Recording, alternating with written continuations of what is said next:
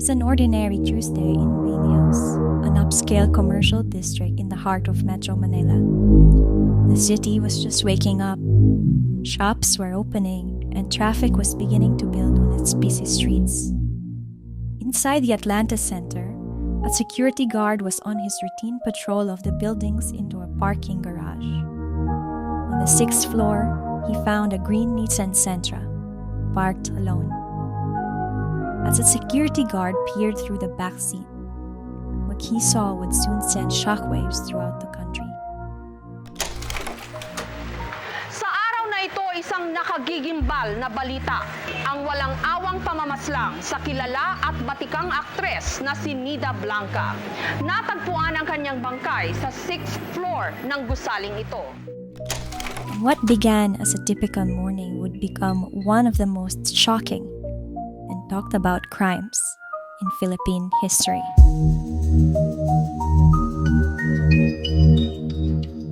Dorothy Ginto Jones, also known as Nida Blanca, was born on January 6, 1936 in Gapan, Nueva Ecija. Her journey into the limelight began at 15 when she was discovered by LVN Pictures, one of the leading film studios of the era. Her legacy was nothing short of remarkable. Spanning 5 decades, her career captivated audiences with her remarkable versatility in over 160 films and 14 television shows. Blanca became well known for her stint at the television sitcom John and Marcia, which aired from 1973 to 1990. In this show, she portrayed Marcia, a devoted wife who stood by her financially struggling husband despite the constant nagging of her wealthy mother. This role in particular endeared her to Filipino public, cementing her image as a relatable and enduring figure in countless households. In 2001, despite being 65, she wasn't retired. She was a respected elder stateswoman of the industry. She was actively working as a board member of the Movie and Television Review and Classification Board, dutifully attending screenings to review and rate films. And it was at the same job that brought her to the Atlanta Center in San Juan on her final day.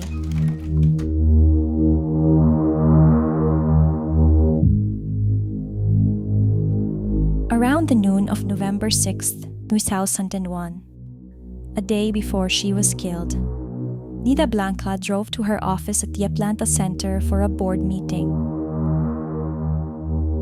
At 4:30 p.m., she received a phone call before leaving her office at 5, never to be seen again.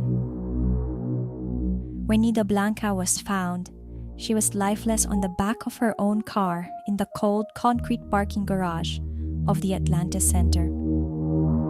Her car was parked on the 6th floor, at a slight angle on the ramp, locked from the outside, and had been sitting there for hours.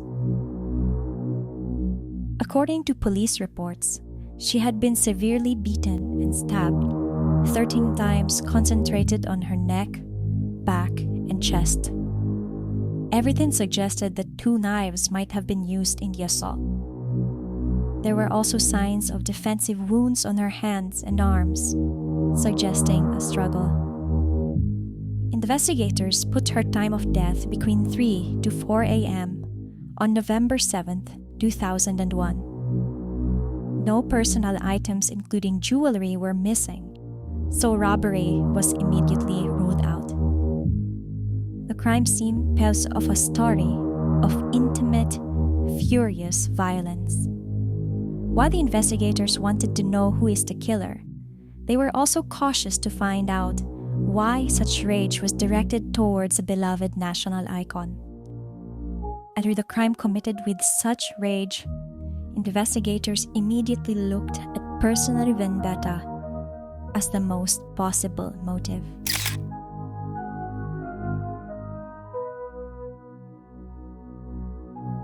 And as the news of the gruesome crime started to spread, the spotlight swung towards the man who knew her best, her husband, Rod Strong. Their romance was straight out of a movie. Nida met Rod Strunk, a former American teen idol, in a film set in the 70s. Both looking for a second chance at love, they soon started dating and later married in Las Vegas. It was, in the public eye, a beautiful marriage. But as in many stories, behind closed doors was entirely different. Friends and staff began painting a very different picture of what the public saw. The fairy tale, according to them, was starting to become a horror story. Whispers grew of a man living in the shadow of his wife's immense success. A man who had to rely on his wife to live a life that revolves around frequent trips to the city's casinos. And a man who more and more had escalating arguments with his wife over money. This is how people close to the couple saw Rod and Nida's marriage and come to the realization that it's starting to crumble. It was a marriage that is strained to its breaking point. The investigators, this was a solid motive. At that time, Nida Blanca's estate was valued over 85 million pesos, and according to some theories, Rod Strunk was about to be cut from it. Nida allegedly changed her last will and testament, where she indicated that her husband would not receive anything from her. For Strunk, this was a ticking clock. If Nida divorced or annulled their marriage, he would lose his claim as her legal spouse. But if she died while they were still married and before the new will was fully probated, he stood to inherit everything. In the eyes of the investigators, the story wrote itself. A husband facing financial and marital ruin allegedly takes the only path he sees to secure his fortune. He becomes the prime suspect. The grieving widower was now viewed as a potential cold-blooded killer. According to Strunk, he woke up around 4 a.m. and was immediately struck by panic when he realized Nida wasn't in bed. He tried calling her, but there was no answer.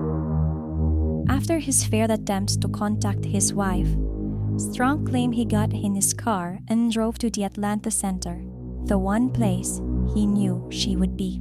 This placed him at the scene of the crime approximately at the same time the murder was believed to have been committed.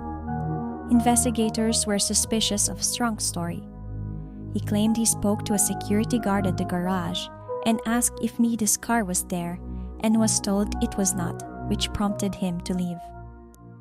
However, when investigators spoke to the guards who were on duty at this time, they would give conflicting statements, with some reports saying the guard never spoke to Strunk at all. This painted Strunk not as a concerned husband searching for his wife, but a suspect either returning to the scene of the crime he committed or arriving to ensure the killer he allegedly hired had completed the job. But would a 6-year-old Strunk at this time have had the physical strength to brutally stab his wife 13 times? The investigators, this was unlikely, and led them to consider that Rod Strunk hired someone to commit the murder for him. As her husband, he had the ultimate insider knowledge. He knew her schedule, her routines, the exact time she would be alone and vulnerable in that garage. And he had one thing that killer would have needed: access. The doors to Nida's Mission Centra were found locked. There was no sign of forced entry. So how did the killer get in? The simplest, most damning answer pointed back to the man who held the spare set of keys to her car and her life: her husband. And so, the case against Rod Strunk took solid shape. They had a powerful motive, a fortune he was about to lose. They had an opportunity, an alibi that placed him at the scene of the crime during the critical time frame. And they had the means, the theory of hired killer, granted access by Strunk himself. It was a compelling case on paper. All that they need was one final piece of the puzzle, the killer himself. And they were about to get a confession that would blow the case wide open.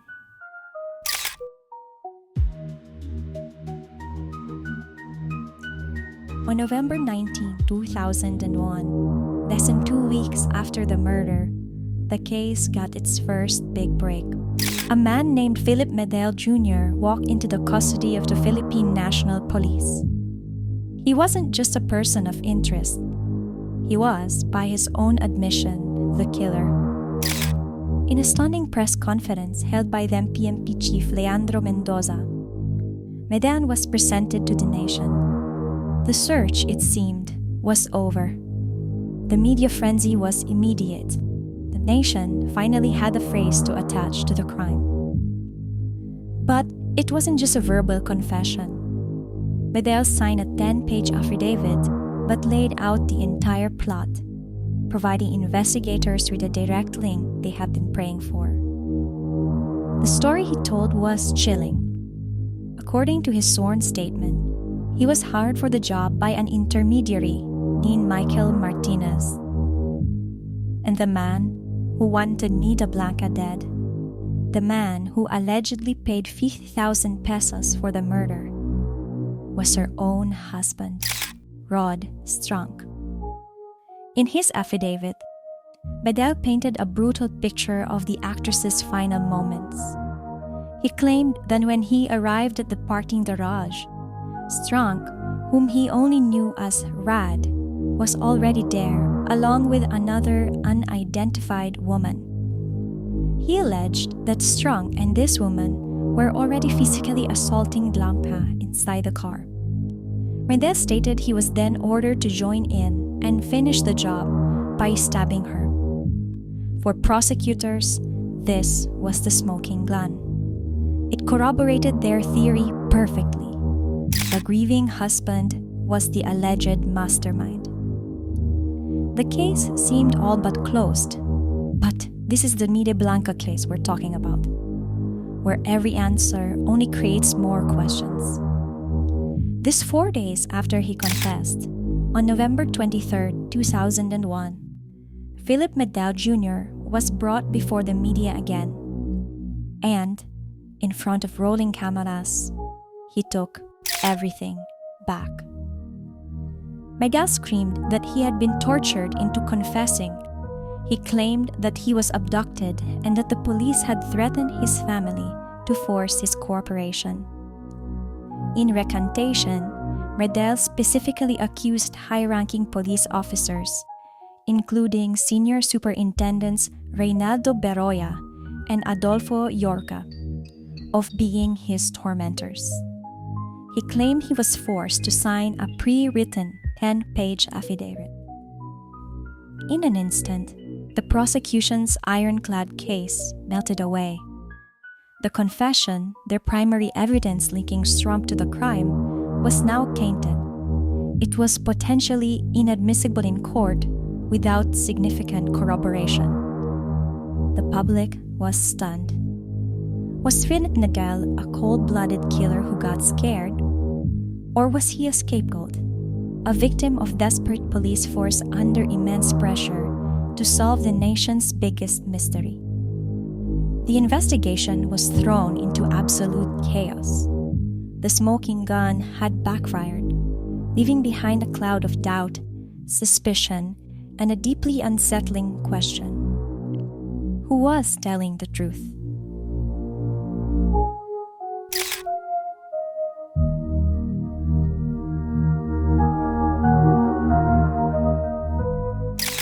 Philip Medel's recantation left the prosecution's case in tatters.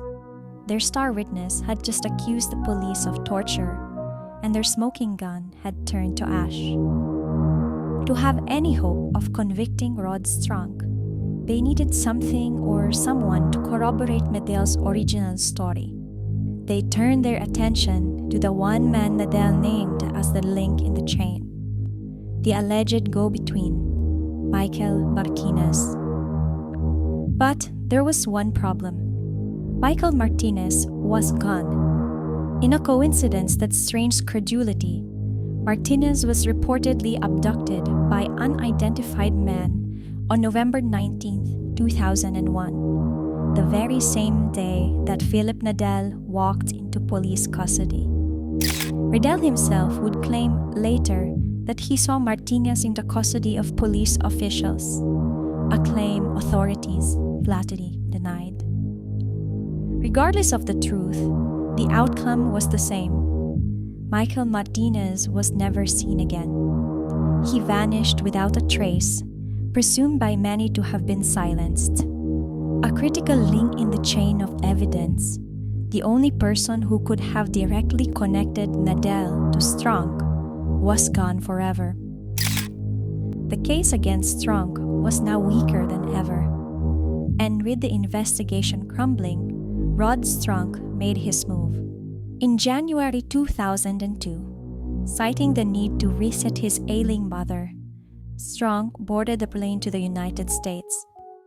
He promised authorities and the public that he would return to face the investigation. He never did. The prime suspect in the nation's most high-profile murder case was now a fugitive, beyond the reach of Philippine law. The fight for justice now shifted from the streets of Manila to the courtrooms of California. The Philippine Department of Justice formally filed a request for Strunk's extradition.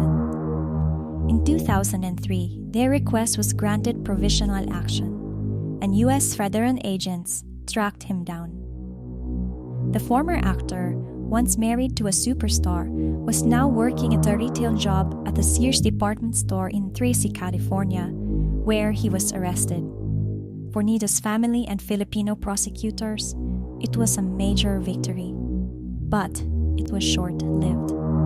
The extradition case crawled through the U.S. legal system. The Philippine government presented its evidence, Medel's recanted confession, witness testimonies in the troubled marriage, and their theory of the financial motive. But Strunk's defense lawyers tore it apart. Finally, in 2006, the verdict came down.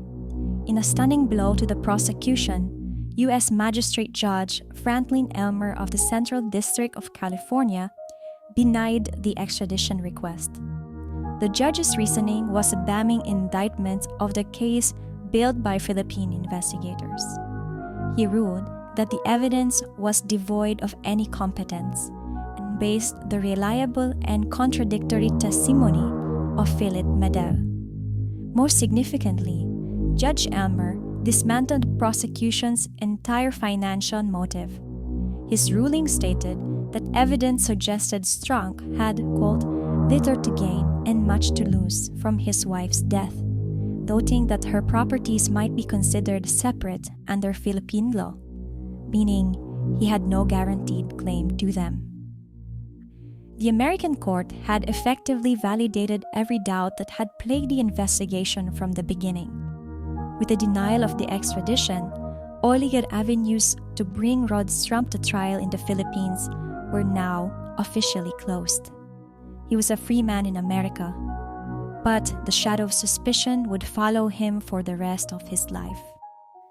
For Nida Blanca, justice was now further away than ever.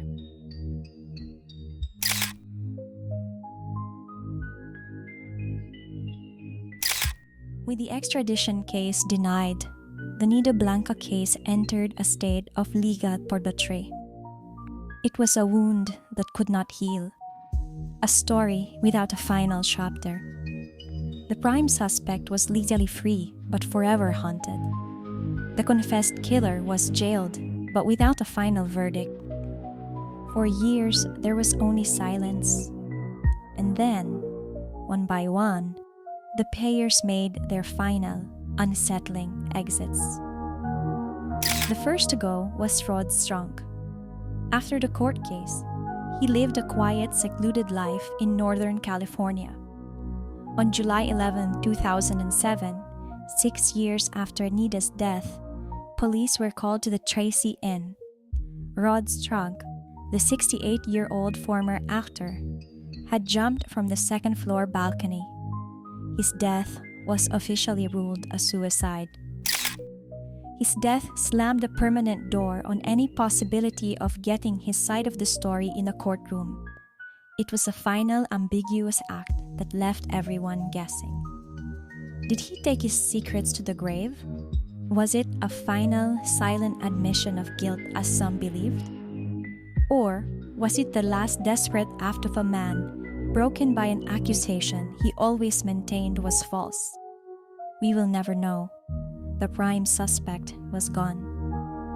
3 years later, back in the Philippines, the second central figure met his end. Philip Medel Jr., the man who confessed and then recanted, had been languishing in the Rizal Provincial Jail for nearly 9 years. His case, like the man himself, was trapped in the slow, grinding gears of the justice system, never reaching a final verdict.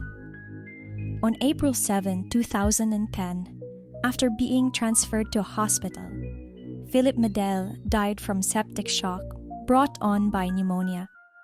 He was never convicted. He was never exonerated.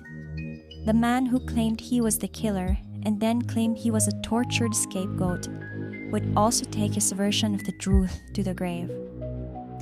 The two main characters in this tragic saga of Nida Blanca were both dead. One by his own hand in the land of freedom, the other by illness in a land of captivity. With their deaths, the case had not just gone cold, it had hit a permanent, immovable wall. There could be no trial, no cross-examination, no verdict.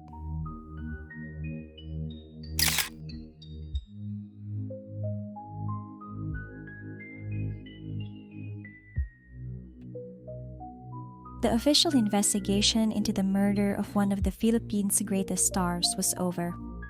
But the questions, the pain, and the enduring sense of injustice created a legacy, not of answers, but of a profound and eternal mystery. When the key players in a tragedy die, the case may officially close, but the story is never truly over. It lives on in the hearts of those left behind, and in the questions that echo in the silence. The legal case was a dead end, but the legacy of Nida Blanca's murder is a labyrinth of doubt, suspicion, and profound unanswered questions. At the center of this enduring pain is Nida's only daughter, Kay Torres. For years, she was the face of the search for justice, a daughter forced to navigate a nightmare of legal chaos. While she remained steadfast in the belief that Philip Medel was guilty of the fiscal act, the larger questions of conspiracy and the failure of the justice system left her with a wound that would never fully heal. The final outcome was not justice, but a painful acceptance of its absence. Her pain is a reflection of a nation's confusion. More than 2 decades later, the questions left in the wake of the investigation are as haunting as the crime itself. First, what truly happened to Michael Martinez, the alleged go-between? Did he flee, or was he a loose end that was permanently silenced to prevent his testimony? His vanishing on the same day Medel confessed remains one of the most chilling and suspicious events in the entire case. Was Philip Medel's confession genuine? Or was he truly a scapegoat, tortured by police under immense pressure to deliver a suspect? The answer to this question changes everything, defining him as either a brutal killer or the investigation's most tragic victim. Who was this mysterious other woman Medel mentioned in his original confession? He claimed another woman was with Rod Strunk participating in the assault. He was never identified, never found, and after the recantation, she was never mentioned again, a ghost in the machinery of a murder plot. What did the DNA evidence reveal? Scrapings were taken from underneath Nida Blanca's fingernails, proof that she fought the attacker. Reports over the years have been conflicting or inconclusive about what, if anything, was found. Was there a match? Was the evidence compromised? This critical piece of forensic truth remains shrouded in mystery. And finally, where investigators too focused on the marital strife. Rumors swirled at that time about other potential motives, disputes related to Nida's business dealings, or even conflicts involving casino finances. Were these leads ever truly pursued? Or was the crime of passion narrative simply the easiest story to sell? These aren't just details in an old murder file. They are fundamental question that challenges the very integrity of the investigation. Each unanswered question is a crack in the foundation of the official story, leaving room for endless speculation. The mega storm at the time fueled this fire, turning the case into a national obsession that blurred the line between fact and rumor. The murder of Nida Blanca became more than a crime. It became a national wound, a public display of a justice system's limitations. It's a story with no heroes, only victims and shadows. And it stands as a grim reminder that sometimes the most haunting ending to a story is no ending at all.